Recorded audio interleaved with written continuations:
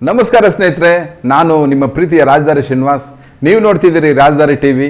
ರಾಜಧಾರಿ ಟಿವಿನ like ಮಾಡಿ, share ಮಾಡಿ ಮತ್ತು ಸಬ್ಸ್ಕ್ರೈಬ್ ಮಾಡಿ ಅಂತ ಕೇಳ್ಕೊಳ್ತಾ ಇದ್ದೀನಿ.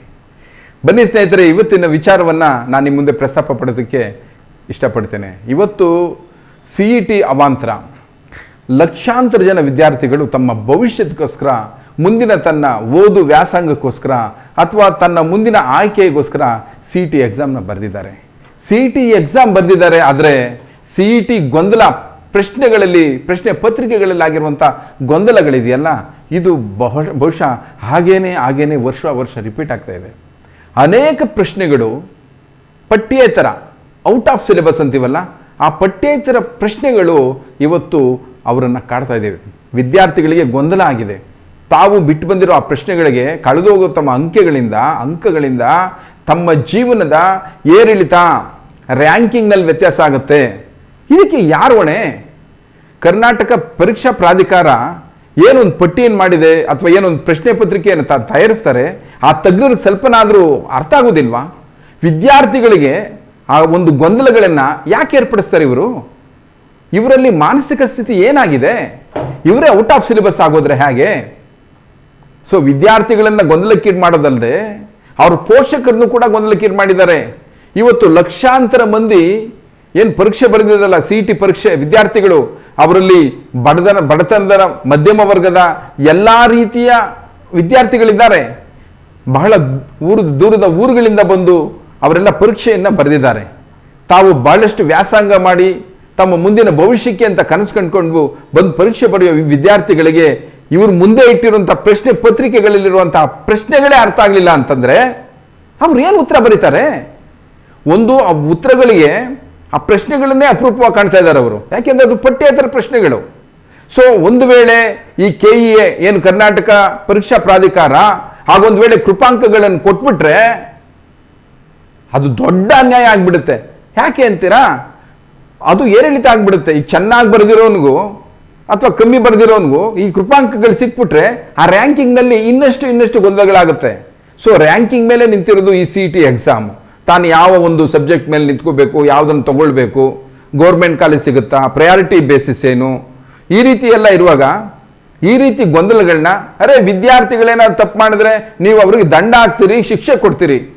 ಆದರೆ ಈ ಒಂದು ಪರೀಕ್ಷಾ ಪ್ರಾಧಿಕಾರವೇ ಈ ರೀತಿ ತಪ್ಪು ಮಾಡಿದೆಯಲ್ಲ, ಆ ತಂಡವನ್ನ ಅಥವಾ ಅವ್ರನ್ನೆಲ್ಲ ವಜಾ ಮಾಡಿಬಿಡೋಣವೇ? ಸರ್ಕಾರ ಈ ವಿಷಯದಲ್ಲಿ ಯಾವ ನಿರ್ಣಯಕ್ಕೆ ಬರಬೇಕು? ಯಾವ ಮಾನದಂಡದ ಮೇಲೆ ಈ KEAನ ನಾವು ಇಟ್ಕೊಳ್ಬೇಕು ಹೇಳಿ? ಇವತ್ತು ಆ ವಿದ್ಯಾರ್ಥಿಗಳೆಲ್ಲ ಬೀದಿಗಿಳಿದು ಪ್ರೊಟೆಸ್ಟ್ ಮಾಡ್ತಾ ಇದ್ದಾರೆ. ಪೋಷಕರಿಗೆ ತಲೆನೋವಾಗಿದೆ. ಏನಾಗುತ್ತಪ್ಪ ಮುಂದೆ? ತಾವು ಮಾಡ್ತಾ ಇರುವಂಥ ಕೆಲಸಗಳನ್ನ, ಕಾರ್ಯಗಳನ್ನು ಬಿಟ್ಟು ಮಕ್ಕಳ ಜೊತೆ ತಾವು ಉಪವಾಸ ಬಿದ್ದು ಊರು ಬಿಟ್ಟು ಬಂದು ಬೀದಿಲಿ ಕುಂತ್ಕೊಂಡು ತಲೆ ಚಚ್ಕೊಳ್ಳುವಂಥ ಪರಿಸ್ಥಿತಿ ಪೋಷಕರದಾಗಿದೆ. ಏನ್ ಮಾಡ್ತಿದೆ ಸರ್ಕಾರ? ಬೇರೊಂದು ಸರ್ಕಾರ ಮಾಡಿದಾಗ ಆ ಸರ್ಕಾರನ ವೈಯಕ್ತಿಕವಾಗಿ ನಿಲ್ಲಿಸುವಂತ ಶಿಕ್ಷಣ ತಜ್ಞರು ಅಥವಾ ಶಿಕ್ಷಣ ಸಚಿವರು ಇವತ್ತಿನ ಈ ಗೊಂದಲಕ್ಕೆ ಏನು ಉತ್ತರ ಕೊಡ್ತಾರೆ?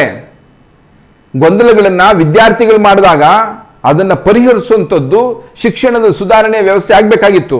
ಆದರೆ ಶಿಕ್ಷಣವೇ ಬೇಲಿ ಎದ್ದು ಒಲಮೇಯ್ದಂತಾಯ್ತು ಅಂತಾರಲ್ಲ, ಆ ಪರಿಸ್ಥಿತಿ ತಂದಿಟ್ಬಿಟ್ಟಿದ್ದಾರೆ ಇವರು.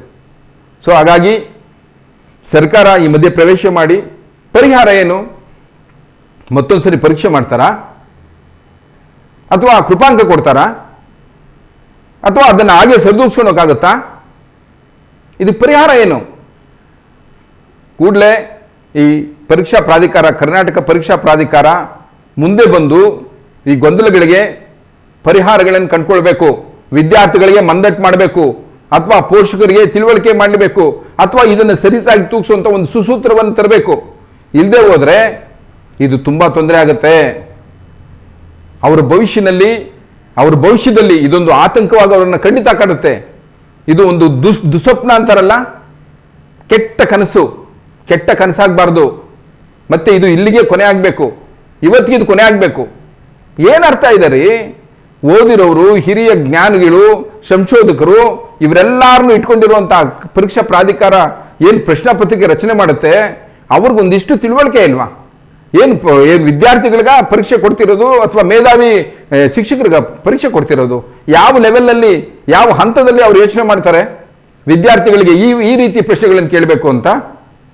ಅದು ಅರ್ಥ ಆಗ್ತಾ ಇಲ್ಲ. ವಿದ್ಯಾರ್ಥಿಗಳಿಗೆ ಅವರ ಜ್ಞಾನಕ್ಕೆ, ಅವರ ವಿದ್ಯೆಗೆ, ಅವರ ವ್ಯಾಸಂಗಕ್ಕೆ ಹತ್ತಿರ ಇರುವಂತಹ ಪಟ್ಟಿದ ಪೂರಕ ಪ್ರಶ್ನೆಗಳನ್ನು ಕೇಳಬೇಕಾದ್ದು ಒಂದು ಅವ್ರ ಮಾನಸಿಕವಾಗಿ, ಜೊತೆಗೆ ಒಂದು ಏನು ಪರೀಕ್ಷಾ ಪ್ರಾಧಿಕಾರದ ಒಂದು ಕರ್ತವ್ಯ. ಅವನ್ನೆಲ್ಲವನ್ನ ಬಿಟ್ಟು ಈ ರೀತಿ ಗೊಂದಲಗಳನ್ನೇ ಏರ್ಪಡಿಸ್ಕೊಂಡು ಹೋಗ್ತಾ ಇದ್ರೆ ವಿದ್ಯಾರ್ಥಿಗಳು ಬದುಕೇ ಹಾಗೆ. ಈಗಲೇ PUC ಲೆವೆಲ್ನಲ್ಲೇ ಈ ರೀತಿ ಆಗೋದ್ರೆ ಮುಂದೆ ಈ ಕರ್ಮಕಾಂಡಗಳು ಏನಾಗಿ ಮುಂದುವರಿಬೋದು? ದಯಮಾಡಿ ಸರ್ಕಾರ ಮಧ್ಯಪ್ರವೇಶ ಮಾಡಬೇಕು, ಏನಾದರೂ ಒಂದು ಒಳ್ಳೆಯ ಸುಸೂತ್ರವನ್ನು ಮುಂದೆ ತರಬೇಕು ಅಂತ ಕೇಳ್ತಾ ನಮ್ಮ ವಾಹಿನಿಯ ಮೂಲಕ ನಾನು ಕೂಡ ಅವರಿಗೆ ಒತ್ತಾಯವನ್ನು ಮಾಡ್ತೇನೆ. ರಾಜಧಾರಿ ಟಿವಿ, ಅಡೆತಡೆ ಇಲ್ಲದ ಪ್ರಜಾದಾರಿ.